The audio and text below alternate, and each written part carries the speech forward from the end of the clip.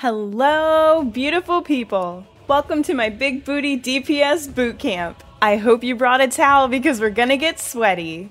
I'm just kidding. This is gonna be as relatable as all of my other guides. Today I'm going to show you what I use to get pretty decent DPS output without doing the most. So get out your pen and paper, sit back, relax, and let's unpack the Big Booty DPS. This guide is broken down into sections so that you can navigate it easier. I'm going to go into detail about everything that I do just because I think that understanding is very important. I know that I like to understand why and how, not just what. So if you want to see what, skip ahead to the Big Booty DPS rotation section. The Dump Truck DPS section is where I talk about the Fractured Staff of Armadillo. I don't think it's right to start talking about DPS without talking about unlocks. I'm going to cover the ones that I love. If I leave something out, it doesn't mean that it's not useful. It just means that it's not something I do because I'm a very chill player. First things first, everyone loves a good cape. Capes are the pinnacle of fashion, and everyone knows that fashion increases DPS. The Fire Cape, Kiln Cape, and then Zuck Cape are required for Big Booty DPS. So get your Fire Cape, then get your Tokar Kalmej, and then get your Igneous Kalmej. The Zuck Cape is the bomb.com because it decreases the adrenaline cost of Omni Power down to 60%. Next, there's the Pontifex Shadow Ring and its upgradable passive effects. This ring is amazing when doing Elder God War Dungeon. The overcharged ring works from the bank, which is muy delicioso. To get the best version of this ring, you'll have to do City of Senistin in Azanadra's quest, and then you're going to have to charge it with 1,000 of each type of resonant anima of the Elder Gods, and then you have to overcharge it with 5,000 more of each type of resonant anima. We're the Anima Maniacs. Another ring that you'll see me use a lot is the Reaver's Ring. You get this by combining a Heart of the Berserker with 10 Berserker Rings. This reduces your accuracy by 5%, but it increases the chance for crits by 5% too. And we love going to Crit City. Finally, you're going to want to get a Ring of Vigor from the Dungeoneering reward shop and then do the quest Extinction in order to be able to make it a passive effect all of the time. This is a small passive that can make a huge difference. For example, if you're using Insight Fear, which has a passive effect that decreases the adrenaline cost of Tsunami to 40%, if you have a Ring of Vigor passive, it goes down to 30. Absolutely delicious. Now let's go over ability and spell unlocks that will allow you to do Big Booty DPS. Let's start with abilities. My first recommendation is to do World Wakes and unlock Sunshine. Sunshine is the life essence of a magic rotation. You'll deal 50% more damage while you're standing inside your Sunshine, and it also applies an AoE attack to your current target if it's inside of the beam.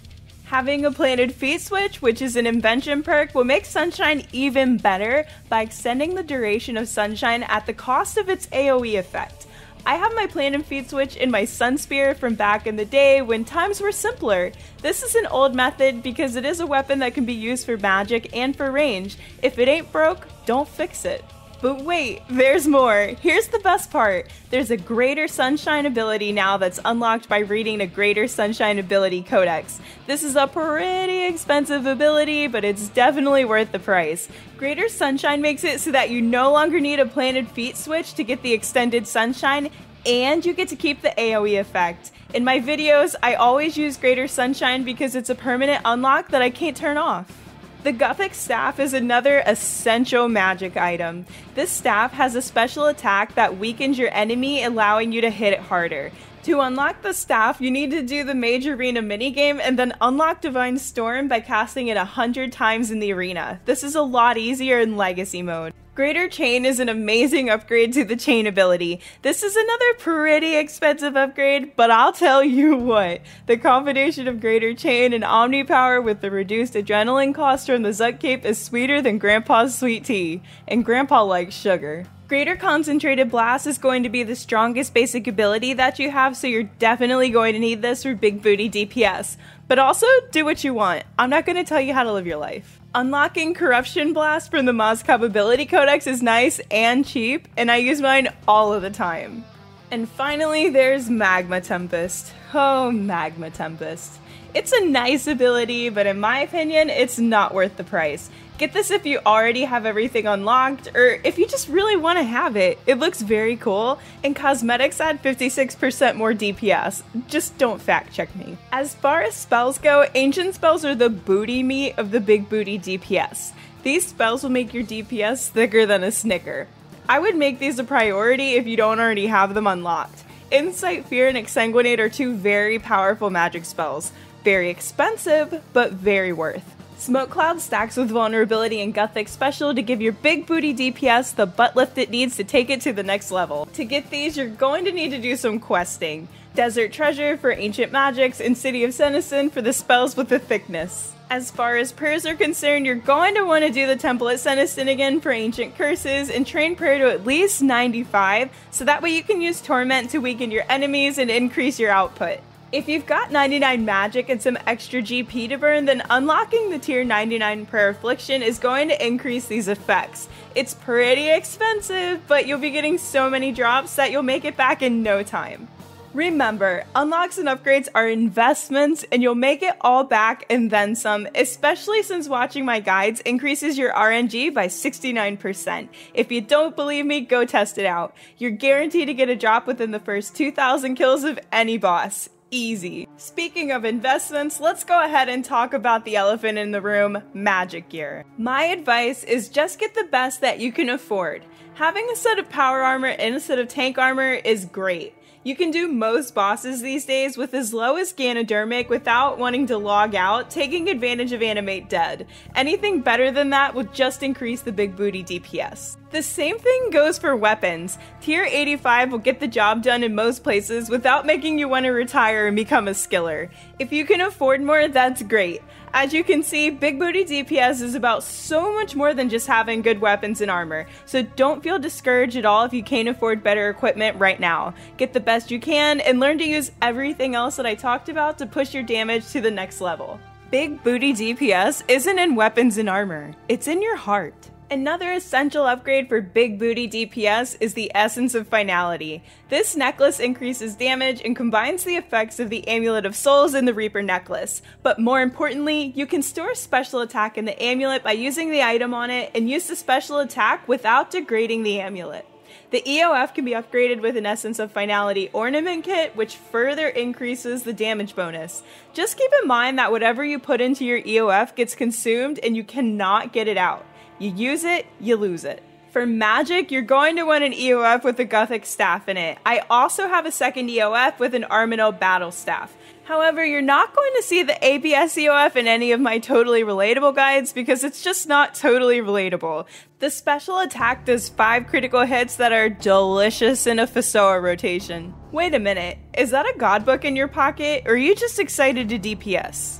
Well, that was a weird transition. Let's talk about the pocket slot items. A scrimshaw of the elements still works great if you don't want to splurge on a scripture just yet. Otherwise, the scriptures of Wen and Fool are amazing. The scripture of Fool is a little expensive and a little spicy, but I love it. The scripture of Wen is very affordable and also very nice. Plus, its effect looks cool and you already know that cosmetics increase DPS. I also use a grimoire when I go to big booty bosses, but it is extremely expensive and just not necessary in a lot of cases. Now let's talk about perks. Invention is going to give you the DPS badonkadonk of your dreams. Unlocking Ancient Invention using Ancient Gizmo Blueprints will give your big booty DPS some extra padding. Not that you needed it because you're a legend.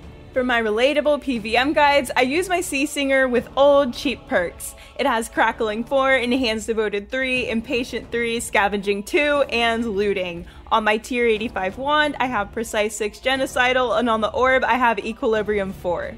For my normal gear, I got that good. On my Elite Tectonic, I have Relentless 5, Crackling 4, Enhanced Devoted 4, and Impatient 3. I am notoriously lazy when it comes to perks, so make sure to check out the optimal PVM perk setup on Wiki to fill slots or improve on what I have, because you're a legend and you deserve better. I have the same perks on my Crypt Loop, except I didn't even make an Impatient perk. They don't call me Trashly for nothing. On my tier 92 wand, I have Precise 6, Aftershock 1, and on my orb I have Aftershock 4, Equilibrium 2. On my FSOA, I have a Precise 6, Ruthless 1, Aftershock 4, and Equilibrium 2. Try saying that 5 times fast. Let's move on to auras. Auras are also very important. I usually use Maniacal and Moderate for thick bosses and Dark Magic for bosses who skip leg day. Let's be real, Masuda has never done a squat in his life and it shows. Maniacal and Dark Magic can be bought with Marks of War from War Store that you get from bossing, and Moderate is bought from Death Store with 1,000 Reaper points or 3 bonds. Now let's go ahead and talk about relics. And no, I'm not talking about the wise old man. I'm talking about relic powers. I use Fury of the Small, Luck of the Doors, and Berserker's Fury. Fury of the Small gives you 1% more adrenaline when using basics. I use Luck of the Doors because I'm not trying to do ring switches, I'm lazy. Berserker's Fury makes it so that the lower your HP, the harder you hit. I'm a juicer, baby. Last but not least, let's talk about some miscellaneous unlocks. Reaper Crew, defeating every boss in the game at least once, gives you some boosted stats. Plague's End is going to give you access to combination potions, which are absolutely necessary for big booty DPS. But you can't just buy them, you're going to have to unlock some of them first by discovering them in Diamondheim. A consistent Yak card bought from the Dungeoneering reward store will guarantee that you get a recipe in the dungeon that you're on. I always use the replenishment potion, which gives 25% adrenaline and 25% plus 80 prayer points. For overloads, I just use Elder Overloads because honestly, for me, they work great. You can make combination overloads, they're awesome, just do what feels right. Owning a Spirit Cape has a passive effect that reduces familiar special move cost by 20%. You can get this in the Dungeoneering reward shop. In Anachronia, the Totem of Auras reduces the cooldown time of auras, and the Totem of Summoning extends the duration of familiars by 16 minutes. I use the Totem of Summoning. Having spiders in your player-owned farm can give you up to 3% damage increase at Araxi, and Maliatops increase the duration of Barricade up to 3.6 seconds. This has been great for me when things get a little spicy in Carapac. Finally, Dominion Tower is an actual hellhole, but it has some really good rewards. I find myself using Dreadnips in some places when I solo, and Dominion Mines are amazing in so many situations. If you unlock anything from the Tower of Doom, make sure you unlock Mines. Like I said in the beginning, I've obviously left a bunch of stuff out here that I just personally don't use. For example, there's the Smoke Tendrils from doing the Dig Site quest. I personally hardly ever use this ability just because I already play with low HP and I've sent myself to Death's Office more than once. But it is an amazing ability that you absolutely should unlock and use, especially in a juicy FSOA rotation, which we'll talk about later. You could also unlock the Asylum Surgeon's ring through the Broken Home quest challenges if you want a good ring that won't break your bank. If you're doing 83, you might also consider unlocking the Enchanted Salve Amulet from Haunted Mine and then Lair of Tarn mini quest for some extra DPS at Taraket. There's a lot of niche unlocks like this that you can get into for very specific situations.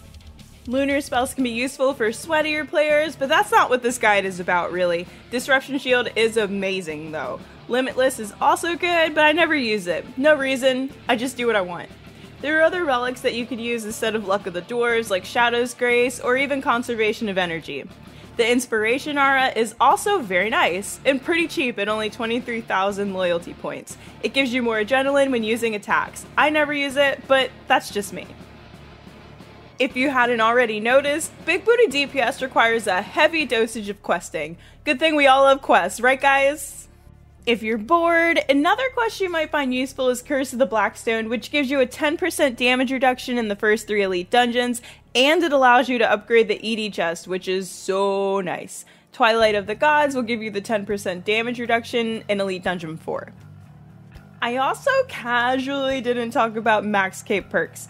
I have the defense cape on my stand in Anachronia, and the rest of my perks are literally teleports. Slayer Cape, Dungeoneering Cape, and Master Quest Cape. I legitimately do what I want for my personal preferences, which for me involves not running around anywhere that I need to go.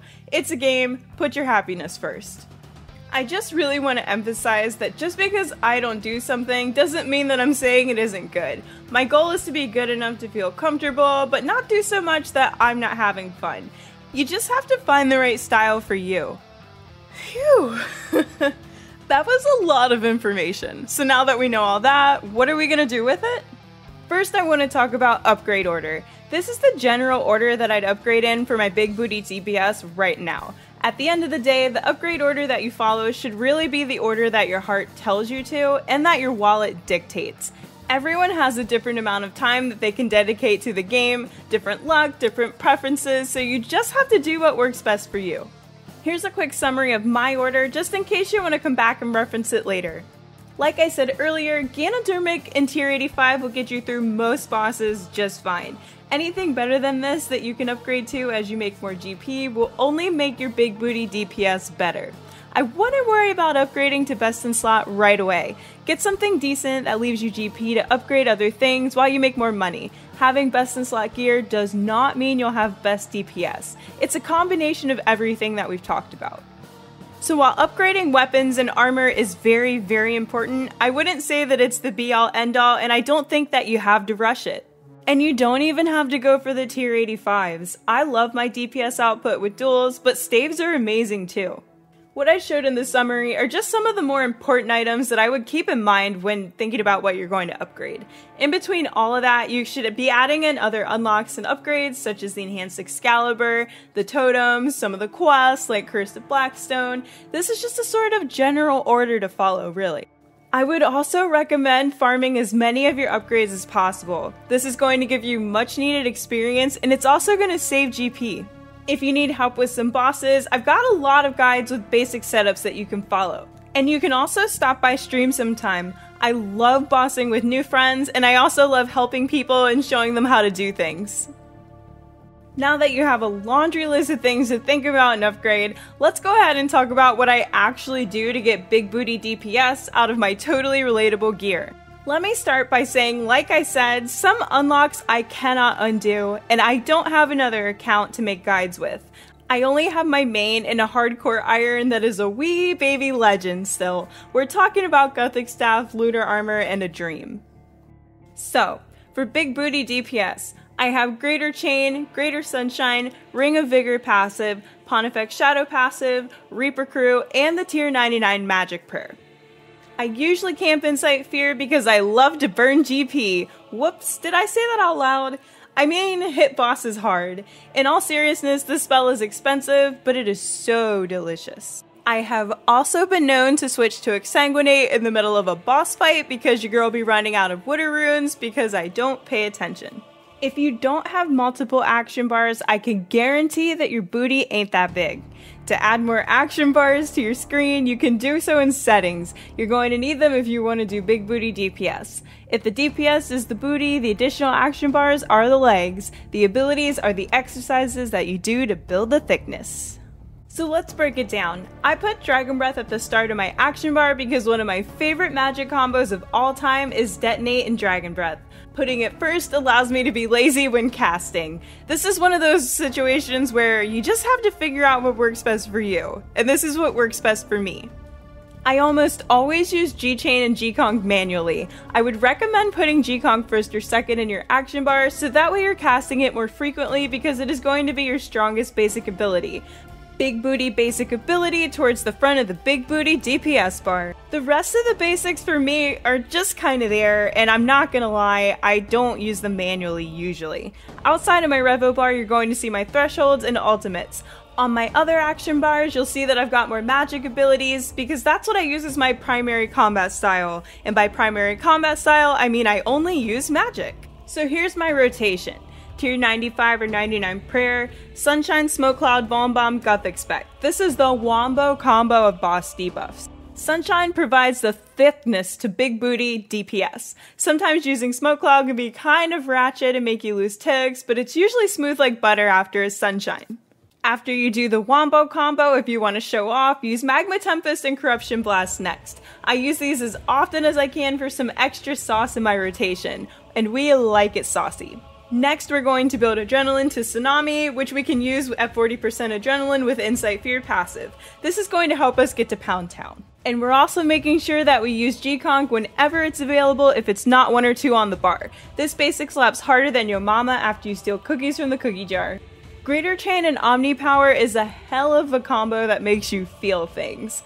Detonate and Dragon Breath gives me butterflies. Wild Magic followed by Asphyxiate is a classic, and you can never go wrong with the classics. If you find yourself with a lot of adrenaline to burn and everything on cooldown, there's always Smoke Tendrils. Outside of a FSOA rotation, I personally don't love this ability, like I said earlier, but it's a threshold, and I mean, threshold's gonna threshold.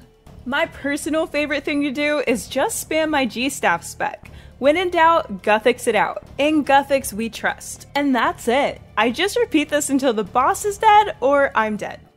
Let's go ahead and break it down into combat dummy. The Wombo Combo 99 Prayer, Sunshine, Smoke Cloud, Vom Bomb, Guthix spec.